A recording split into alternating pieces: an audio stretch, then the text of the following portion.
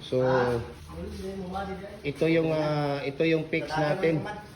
Ito yung fix natin na 4x4 by 8 feet natin na dual heavy duty. Pinch concrete post molder o dragon fruit post molder natin. Pwede diyan lang muna niyo ilagay yan.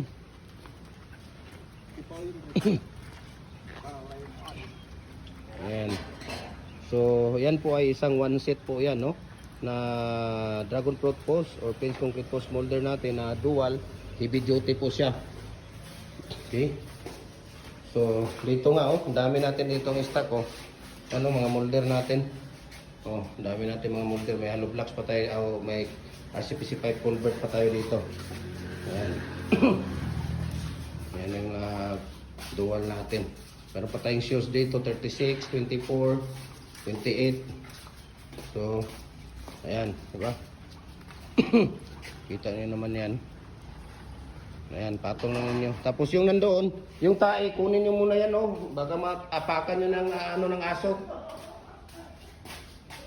Ayan, meron tayong 5.5 dito, dalawa, 4 na single, dalawa, 3 and 3/4 na double, dalawa, 3 and 3/4 na double, tatlo, 3 and 1/2 din. Ayan, tatlo. May mga single tayo dito, ang dami. Ayan. Diba? At saka ito, dami din natin, no? Sa lahat po ng mga molder natin, we can ship nationwide, no? Ang ratio dito at mixing, i-follow ninyo yung Facebook page natin, no? Kasi lahat ng Facebook page natin at ratio, mixing, tips natin ay nandoon po, no? Naka-upload. Kaya i-follow niyo yung Facebook page natin. Jim Hardware din. Tubig dong. Jim Hardware, ang kukulamber ang concrete products, kanituan brands. Jim, na tubig dong o dong. Then na silid dito. To siligo. Na tubig.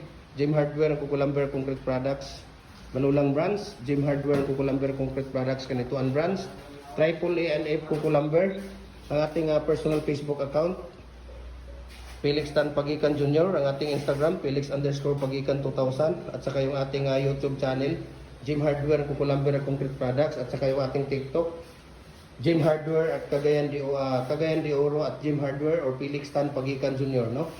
Ayan, sa lahat ng mga ratio, mixing natin at saka tips. Okay. Dong, Kuya Berto, mayroon kang kahoy na maliit dyan, dalawa para patungan dyan sa ano ninyo dito sa gilid para hindi masira yung tiles natin.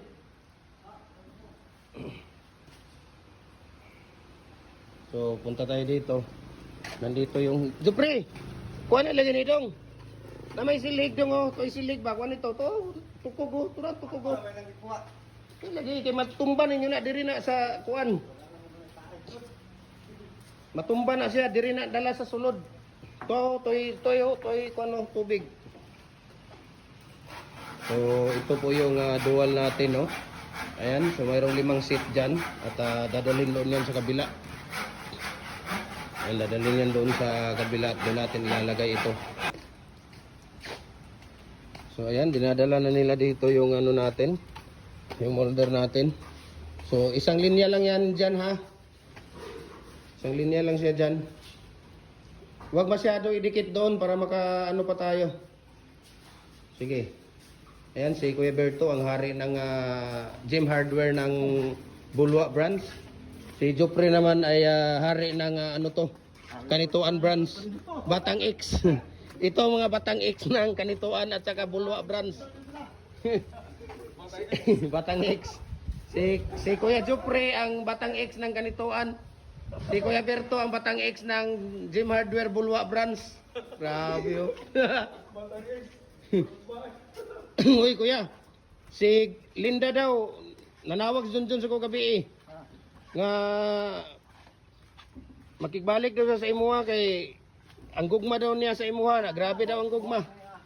Grabe daw ang gugma niya sa imuha isa nga sir na kuan pa manggig ko na gugma pagig ko ni Berto. Tinuod gyud nagmuday siya nag-ani diri kay nagtawag siya kang engineer. Kang engineer City nagtawag siya nga sabihan daw si Kuya Berto na ano daw gusto daw makipagbalikan si Glinda sa kanya. At gusto daw siya humingi ng tawad sa iyo, sabi niya. Kaya daw niyang humingi ng tawad sa iyo na hindi niya uulitin daw, sabi niya. Sabi ko, sige, sabihan ko si Kuya Berto gaw.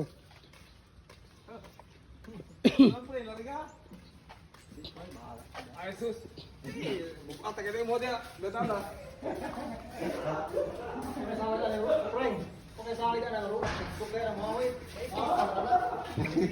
So, hindi ito, no? Ayan, no?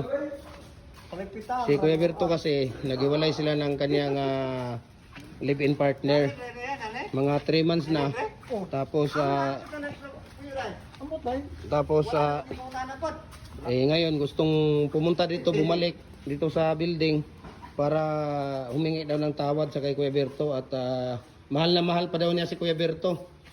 Pinagsisihan na daw niya yung mga ginagawa niya sa iyo na umalis siya ganyan. Pinagsisihan na daw niya ngayon. Sabi ko kay Engineer Machete, kay John, sabi ko, sige ka, sabihan ko si Kuya Berto, siya magdedesisyon. Pero kung ako, kung mapapatawad ni Kuya Berto, pwede, okay yun. At least, di ba?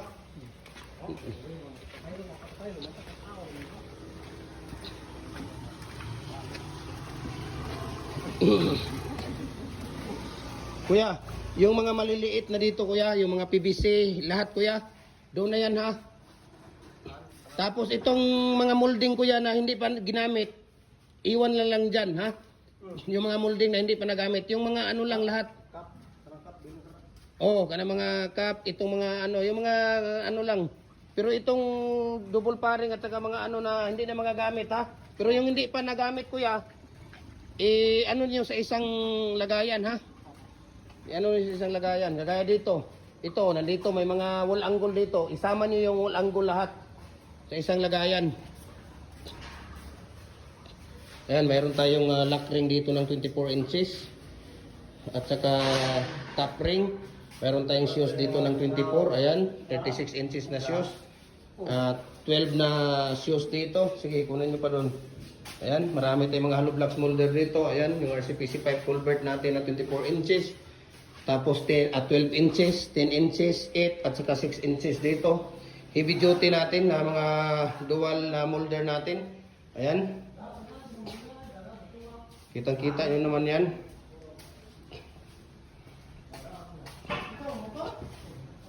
Ay, makasumahay na yung bada ko na. Kasi taga-kuhan ko na, taga-science ko na. Kasi taga-lampel. Agay, magkuha na sa mga basura ba? Taga-nakakal. Muna yung trabaho. Lawan deh, kanto berah. Minta mengelak ini. Oo, yan. Ya, kamu tahu tuh. Ayan. Okay. So, maraming salamat and God bless. No?